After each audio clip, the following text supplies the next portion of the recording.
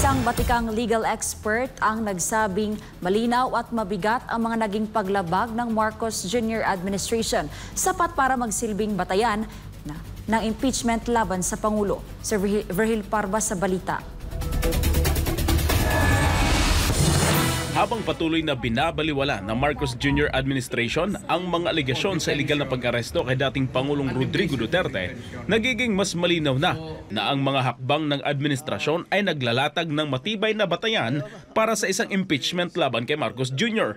Ayon sa mga eksperto, ang mga kamalian at abuso ng gobyernong ito ay nagsisilbing malupit na ground para sila ay mapatalsik sa puwesto. Kasunod ng rekomendasyon ng Committee on Foreign Relations ng Senado na paiimbestigahan sa Ombudsman ang mga opisyal ng DOJ, DILG at PNP, mga ahensyang kinakasangkapan sa iligal na pag-aresto kay dating Pangulong Duterte, ay lumalakas ang pananawagan na may mga seryosong kasalanan ng mga nasa likod ng mga hakbang na ito.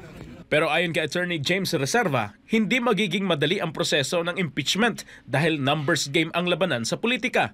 Anya, kailangang dumaan ang impeachment sa House of Representatives kung saan kinakailangan ang 1/3 ng boto, katumbas ng 103 hanggang 106 na kongresista. Sa Senado naman, kailangan makuha ang 1/3 ng boto o 8 senador upang magsimula ang impeachment proceedings. Sabi ni Reserva, maaring magpatalsik ang mga mambabatas ng kahit sinong opisyal sa gobyerno kapag ginusto nila, lalo't kung sapat ang bilang ng mga papabor dito. Kahit walang ground, on the other hand, kahit groundless, kahit pa, I don't want to see your face because to me, your face is unpalatable. May catch-all phrase kasi dyan ng, yung kahit ano dyan yung betrayal of public trust. Kahit ano dyan, ipasok nila. Provided it is supported by at least 1/3. So maging articles of impeachment na yan. Kahit walang basihan, kung sabihin ng mga senador, okay, dahil ayaw din namin siya, they can invent because they can do anything.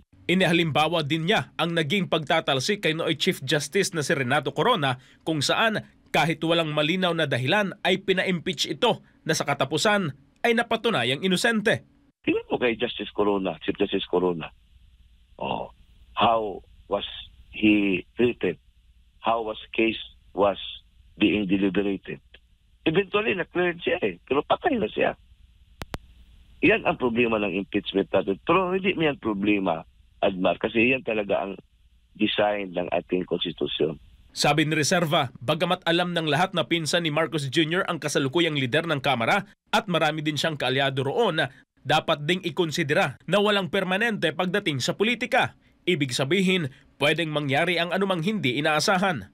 Now, sino na bang congressman dyan na magpirma ng impeachment? But hindi natin alam.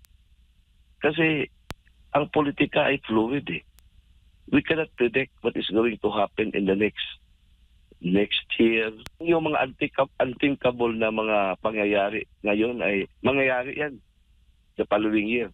Tingnan mo yan nangyari kay PRRD. Kung balikan natin yung 1 year before, imposible. Pero nangyari. Ipininto ni Reserva na ang huling desisyon ay nakasalalay pa rin sa taong bayan. Anya, ang mga mamamayan ang may kapangyarihang magtakda ng hangganan sa mga ganitong uri ng galawan ng pamahalaan. Papayag ba sila o tututol sa mga hakbang na labag sa kanilang interes at karapatan? Para sa Diyos at sa Pilipinas kong mahal, ito si Virgil Parba, SMNI News.